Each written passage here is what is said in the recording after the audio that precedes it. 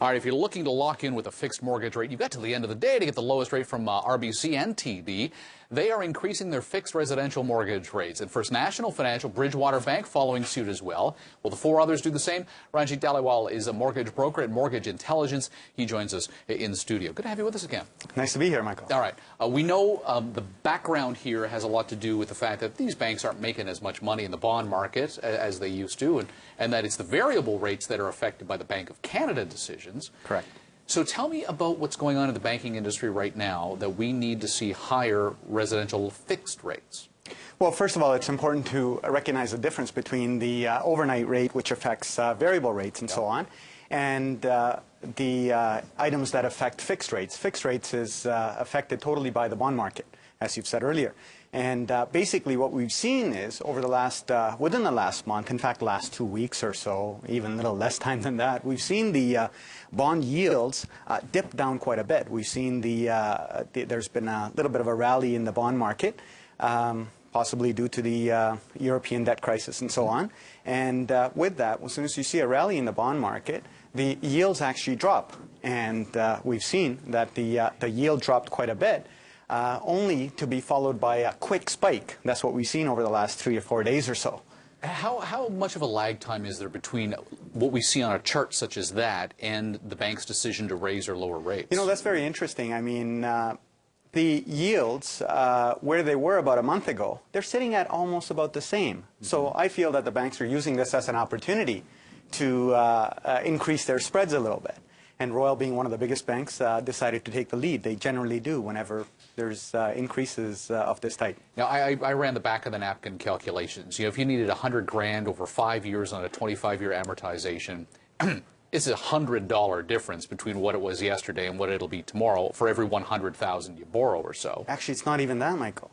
Okay. The average mortgage being around $300,000. So if we use that as a number, sure. The difference between yesterday, I mean, the TD or few minutes ago, mm-hmm. is the TD had a rate, discounted rate at 3.89%. Oh, okay. I'm talking more the posted rate, 5.54. Exactly. Okay. There could be. But, I mean, even if you take a look at this, the difference is only $29 a month on a $300,000 difference between what's happened just now today. So it sort of sounds more like what we're seeing here is a tweak by the banks, but I wonder what this means, you know, as that chaos theory ripple effect within the housing market. Do people go, oh, you know, rates are starting to rise, we better get in now? Is this going to actually help the housing market?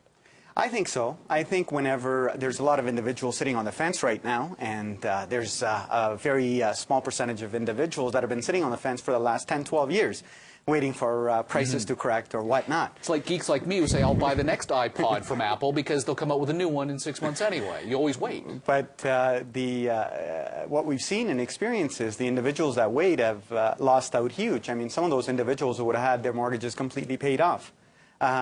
So it's not going to have a huge impact on the payment.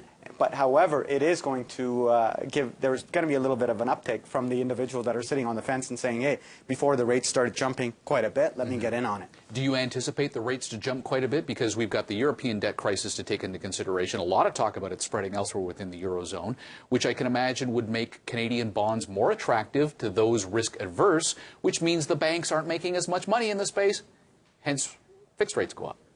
Well, I mean, if you've got if there's a rally in the bonds, you're actually going to see the yields dropping. Okay. And therefore, the fixed rates are actually going to be lower. And so I've got this reversed. Or I've got it reversed, but I think you're the professional. I just ask the stupid questions. Well, I just think that if there's a rally in the bond market, the yields are going to drop. Then yields are what's going to affect the fixed rates totally. Maybe I'm just using the wrong term. A race to the safety of the bond market. Which would rally the bond market. Which would rally the bond market, drive down yields. Drive down the yields, which would, the fixed rates would actually be lower. Okay. Now, here's another way to look at it. There's individuals that are concerned that the rates might go up like ridiculous, like in the 1980s and so on.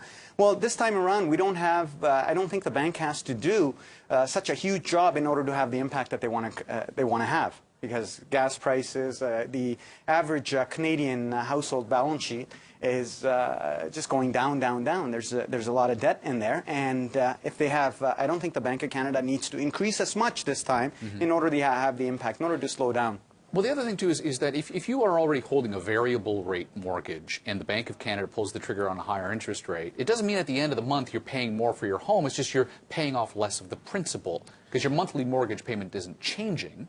Well, actually, it will change, Michael. Mine isn't. You might be in what we call a capped variable rate mortgage, or where a very few of the banks have it, where you can set your payment and only your interest fluctuates. But in my opinion, that's probably less than 5% of the total mortgages outstanding out there. Oh, well, I'm unique then. You are unique. You're getting special privileges here, Michael.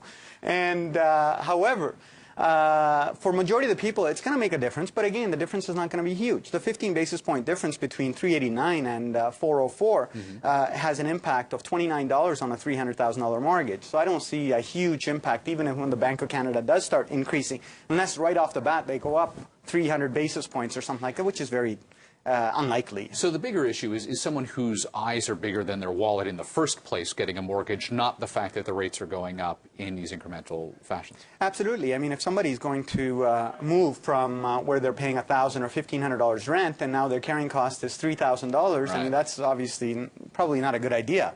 And that's going to have a much bigger impact than what the decision, if it's based around the interest rates. It's really negligible as far as the changes right now are happening.